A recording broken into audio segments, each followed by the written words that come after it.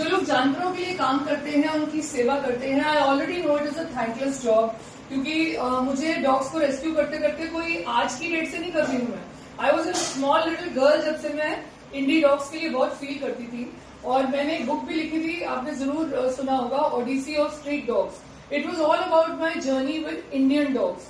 तो अभी रिसेंटली जब इतने सारे पेट रेस्क्यू केसेस आ रहे हैं, देखिए इतने लोग अपने पेट्स को छोड़ रहे हैं, तो किसी को तो लड़ना होगा ना इस चीज के अगेंस्ट, क्योंकि पूरे आगरा में पेट क्रूएल्टी केसेस कोई नहीं करता मेरे अलावा।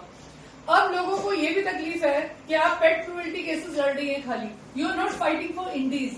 Sometimes you know I feel very depressed and sometimes I feel like laughing, क्योंकि आप लोग देख रहे हो 200 से ऊपर मैंने इंडी से तो पाले हुए हैं। मेरे घर में भी जो बेला पल रही है, even she is an indie. I don't need to prove myself to you, लेकिन मैं आपको ये बताना चाह रही थी, इस तरह की जो ये नेगेटिव कमेंटिंग जो होती है वो भी एनिमल लवर्स द्वारा, यू नो, एनिमल अब्यूजर्स नहीं आपको करेंगे एक्यूज, आपको एक्यूज करेंगे the so called dog lovers. बैठकर वहां पे कुर्सी पे बैठ के कुछ ना कुछ लिखते रहते हैं हमारे अगेंस्ट। आप जब मैं इंडीज को कर रही थी तो उन्होंने बोला आपको पेट डॉग्स से कोई लेना देना नहीं है। अब मैं पेट्स को रेस्क्यू कर रही हूँ तो कह रहे हैं आपको इंडीज से कोई लेना देना नहीं है।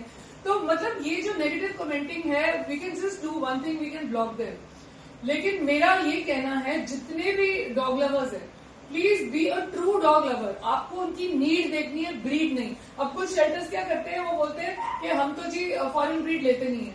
आप ये लॉजिक मुझे समझाइए, जब एक फॉरेन ब्रीड सड़क पे आ गई या उसको बांधा हुआ है 6-7 साल से, तो क्या हम उसके अगेंस्ट लड़ेंगे नहीं just because it's a foreign breed? हम तो ये धंधा बंद करवाने में भी लगे हुए हैं अभी। तो देखो, जब आप लोगों को ग्राउंड रियलिटीज नहीं मालूम होती, घर बैठकर कमेंटिंग बहुत आसान होती है। जितने भी लोग कमेंटिंग करते हैं, I challenge all of them to come on the field to help us. फिर आपको पता चलेगा कि हम किस तरह का काम कर रहे हैं। We don't need to prove ourselves to you. लेकिन आपको इतना बता दूं, जितने भी आप नेगेटिव कमेंट्स करते हैं, उससे इनडायरेक्टली आप किसको हार्म कर रहे हैं? डॉग्स को। क्योंकि ऑब्वियसली आप एक बार कमेंट करोगे, 2-3 बार, मुझे कुछ मिल तो रहा नहीं, मैं अपना काम कम कर दूंगी, मैं अपनी रेस्क्यूज कम कर दूंगी। I am 60-year-old lady and I have every you know right to rest. मुझे कोई नहीं फोर्स कर सकता कि मैं हर एक केस खुद टैकल करूं।